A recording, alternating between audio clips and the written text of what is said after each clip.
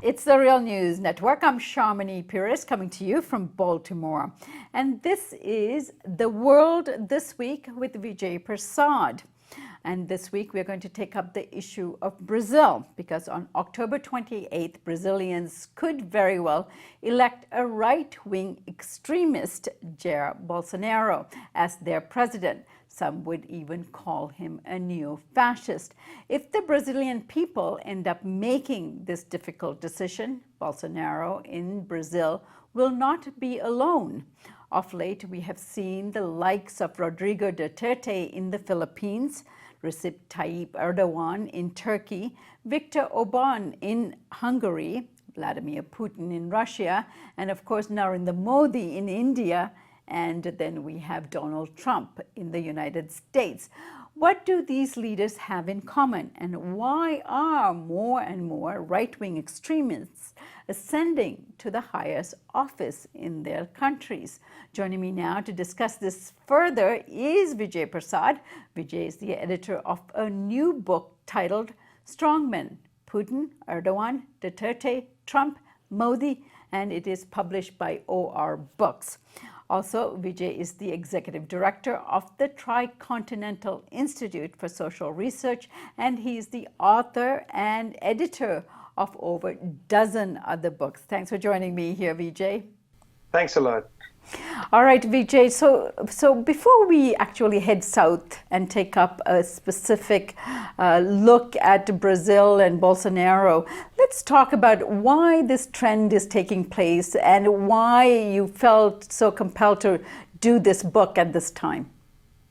It's a very good question, Sharmini, and it's great to be with you. The issue that I think people need to come to terms with is that the capitalist system, the global capitalist system, has been in a very serious crisis, not only when it had a credit disruption in 2007, 2008, but subsequent to that. And one of the, I think, important features of this crisis has been an employment problem. There's been a real difficulty in employing people. There's been an impossibility in getting banks and people who hold capital, who hold great wealth, to invest in their societies. And, one of the great promises of the sort of moderate centrist leaders, the Clintons, the Blairs, and so on, was that they were going to somehow turn wealth in their societies into entrepreneurship. But that simply hasn't happened. And I think the failure of this moderate center or the extreme center to deliver on an entrepreneurial society opened the door for very right-wing, politicians and currents that went to the people with vicious claims about society. I mean, in the United States, Trump didn't go to people and say, I'm going to find a way to employ you. He said, I'm going to employ you by attacking Mexican migrants. I'm going to employ you by attacking China. And this is the kind of, let's say, political grammar that one sees not only in the United States, but of course in India, of course in the Philippines, certainly in large sections of Europe, and now very disturbingly, very, very disturbingly in Brazil. All right, now, Vijay, let's talk about what's going on in Brazil with the PT trying to run a candidate that is viable. This is a very popular party. Now, Lula was leading in the polls until a few weeks ago, and Bolsonaro suddenly took off in this last election. What happened? Well, the Workers' Party, the PT, had been in power for almost 15 years, from 2002 onwards, and had pushed, I think, a very important social welfare agenda. It's worth saying, Sharmini, that the United Nations used Brazil as an example of one of the few countries of the global south that had managed to largely eradicate hunger. This was the Fome Hunger, or zero hunger policy, pushed by Lula and then Dilma in their Workers' Party government. It was a very popular government. But I think the oligarchy in Brazil understood that the government of the Workers' Party had begun to radicalize its program in the last period, and they were not sure, that is, the oligarchy was not sure that they would be able to defeat the PT directly in an election, which is why a legislative coup was organized against Dilma Rousseff. And she was removed for office and replaced by Mr. Temer, a rather milquetoast politician who tried to push the agenda of the oligarchy as best as possible. But as the election appeared, it looked like Mr. Lula, very, very popular, fiercely popular, was going to make a comeback and run as the candidate of the Workers' Party. At this point, what the people in Brazil call a judicial coup took place, where a legal case was brought against Mr. Lula using a law that he himself had championed, which was an anti-corruption law. They used this law in a way to basically sandwich Mr. Lula, make it impossible for him to run in the election. He was arrested. Even though the Workers' Party put him up as their candidate, the authorities said he couldn't be on the ballot. If he had been on the ballot, by all polling measures, he would have won the first round of the election outright on the 7th of October. He was removed from the ballot. And just in a few weeks, the Workers' Party had to scramble to make the head of their electoral list, for Fernando Haddad, a household name. It was a very difficult task for them. Vote transference didn't happen at the rate at which they hoped. And it was the case that the far-right candidate, Jair Bolsonaro almost won the first round by itself. He got over 49% of the vote. If he had received 1 more percent of the vote, he would have been the president of Brazil. All right, now, Vijay, let's talk about why this rightward shift is actually taking place, not only in Brazil. You would think, given the support that Lula has had in the past, that the people would follow suit and vote for the candidate he has put forward, Haddad here. Why is that not taking place in Brazil? It seems to me common sense.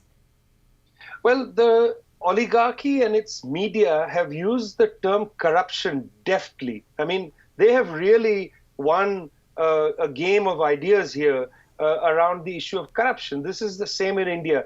Mr. Narendra Modi, for instance, won the election for the Bharatiya Janata Party, with the slogan of anti-corruption. Now, it's interesting what they mean by corruption. What they mean by corruption are the small bribes that 1 or 2 politicians are caught taking. It's a normal situation in all our societies for politicians to get involved in some form of corruption, petty bribery, giving services for, some money exchanged, or for children getting jobs and so on. This has become a fact of modern life. But what the oligarchy doesn't want to talk about is the real big corruption. When very big companies, for instance, cut deals with governments outside any democratic scrutiny. In India, for instance, there is a current scandal over the purchase of French fighter planes, Rafale fighter planes. The deal was cut where the Indian government told the French company, you have to work in do a joint venture with our friendly corporation led by one of our closest allies and so on. So that big level corruption is not what they want to focus on. They want to focus on this petty corruption. And what the oligarchy has succeeded in doing in our societies is, you're able to say the previous party was corrupt, now we'll clean the slate and bring the new party into power. And when they've had their 5 years, we'll show there's some corruption here, and we'll say, let's bring another party in to clean the slate. But of course, the slate is never cleaned,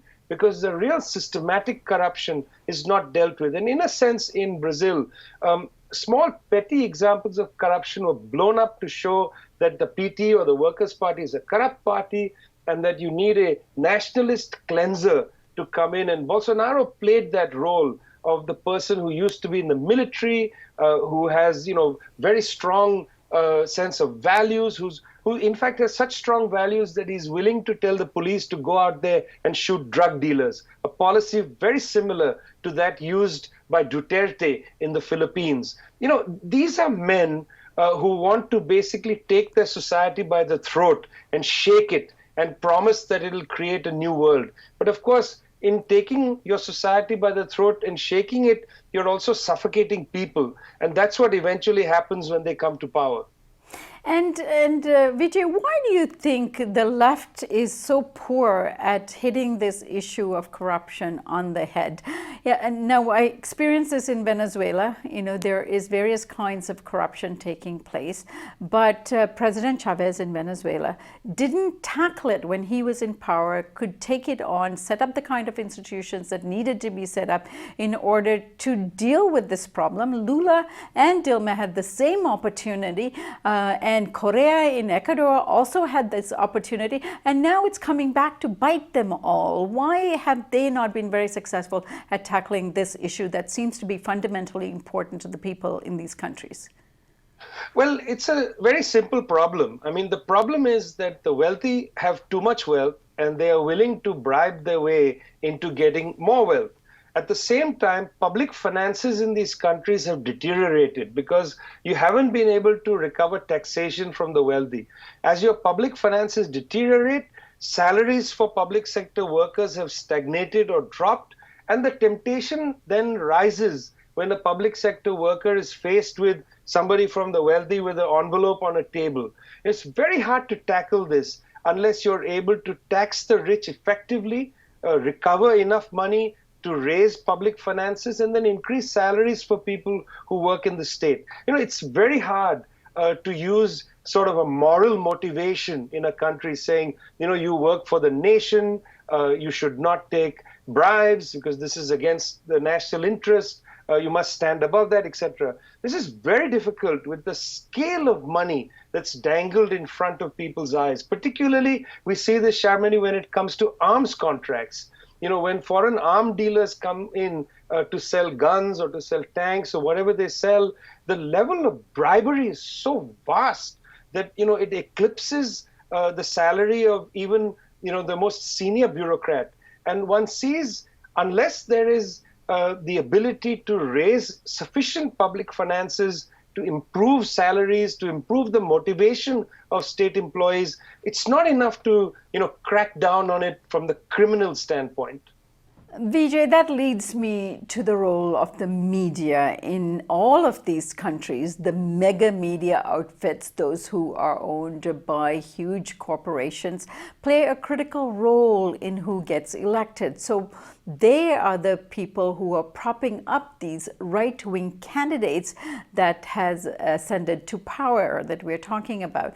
Now, in the case of Brazil and in the case of US, you know, we are seeing a lot of hype around the extremism of the candidate, but that is working in their favor in terms of getting elected. So tell us about the climate of the media and the role of fake news and the role of these mega corporations and television that are propping up these candidates. Well, the media plays a substantial role because at least where it comes to presidential elections, where this is not retail politics, you know, you can't go and shake hands with everybody in a country. You know, 100 million people are going to vote. How are you going to meet everybody? In the case of India, many hundreds of millions. There's no way you can do that. So the media plays a very significant role. And when we're talking about the media, what we're really talking about is television. And, you know, it's from television that you get the clips that people share on WhatsApp and Facebook and so on. It's really TV news. In a country like Brazil, the right has basically absorbed television news. There's no real television news coverage of the left. You know, the big conglomerates, media conglomerates, they all lean to the right. And they have been a constant challenge for the Workers' Party government and, of course, for Lula himself right through his career and then for Dilma. It's a similar thing in Venezuela, where the media was really far to the right of any government, you know, which is why there was an urgency in South America to create an alternative, Telesur. But it hasn't really been able to become the alternative to the right-wing media. So what this means is that here you have a man like Bolsonaro, you know, who openly has said that he, you know, is against homosexuality, He said that if his son walked into the house with a gay partner, he'd shoot the gay partner. I mean, he talks openly, violently about aspects of contemporary Brazilian society. He talks violently about women. Nonetheless, the media just sort of varnishes this and presents him as an anti-corruption person, presents him as a disciplinarian. This is a key element. There is, of course, crime in all our societies, but the antidote to crime isn't to give the police the right to go and shoot people. But I know that among middle-class populations, this is a kind of political view that people are not against. The idea that the police or the state should be tough against criminals. It's a very seductive kind of politics, however wrong-headed it is. So the media has played this up. They've positioned Bolsonaro not as a bilious man who has come out of the sewers of the Brazilian far right, but as, this disciplinarian, this nationalist, and so on. And I think this media construction is effective and extraordinarily dangerous for democracy. Talk about fake news. This is not fake news in the margins of social media. This is fake news at the center of television.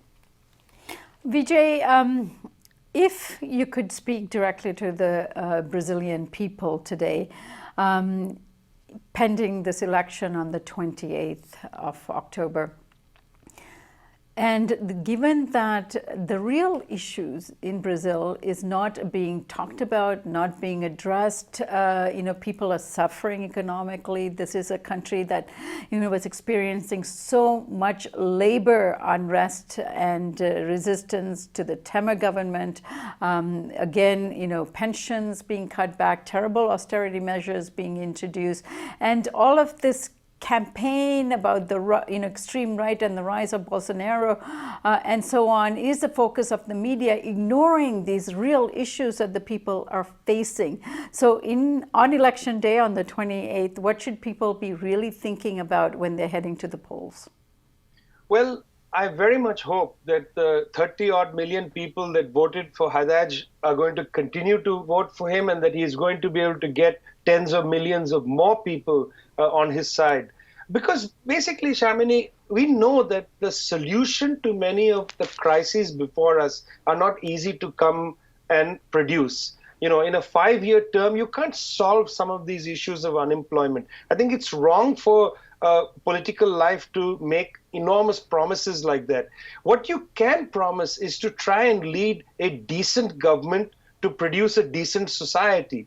And I think that's the kind of horizon that we should be campaigning for now, for just the basic level of decency. I mean, whether it's the United States, it's India or Turkey or wherever, we have an indecent political class. And I think there is a need for us to talk to sensitive people who are in the hundreds of millions around the world, who would like to see decency return to political life. And I think this is something that I very much hope will be in the near future in Brazil. In the next week to 10 days, the Brazilian people will look in the mirror and say, I want to live with a government that's decent. Even if it cannot solve my problems immediately, at least it's not a bilious, nasty government. All right, Vijay, I cannot let you go without talking about the opposite trend that has taken place just south of the border here in Mexico, where Manuel Lopez Obrador was elected a few months ago, and he's going to be inaugurated in December and taking office, which is very interesting given the opposite trend taking place in Latin America. So tell us about that historical moment and why the Mexican people were able to elect somebody much more reasonable and who's going to hopefully act in their interest. Well, it's been a long time coming. I mean, we believe that AMLO, as he's known, won 2 previous elections in Mexico and was denied his victory by the oligarchy. And this is the 3rd time that he's actually won the election. But some of this has to do with the fact that prior to AMLO's victory this year, the Mexican right and far right had exhausted itself. It was not capable of recovering any ground saying that we are the anti-corruption people, we will stand for the country and so on. And I think the lowest point in Mexican politics was the current president of Mexico basically paying obeisance to Donald Trump, despite the fact that Trump has taken such a strong anti-Mexico position on everything. And the current president of Mexico essentially went to Trump and fell to his knees before him as if Trump was, Caesar, and laid his wreath at Trump's feet. And I think this deeply embarrassed the Mexican people. It delegitimized the Mexican right and the far right and opened the door really for AMLO to win a very considerable victory, sufficient victory that this time the oligarchy couldn't deny him illegally by fraud the presidency, and which is why he's going to be the president. It's going to be interesting, Sharmini, to see what kind of agenda, international finance and international pressure is going to allow inside Mexico to chart a different direction for the country. All right, Vijay, we'll leave it there for now and looking forward to having you from Barcelona next week. Thank you so much.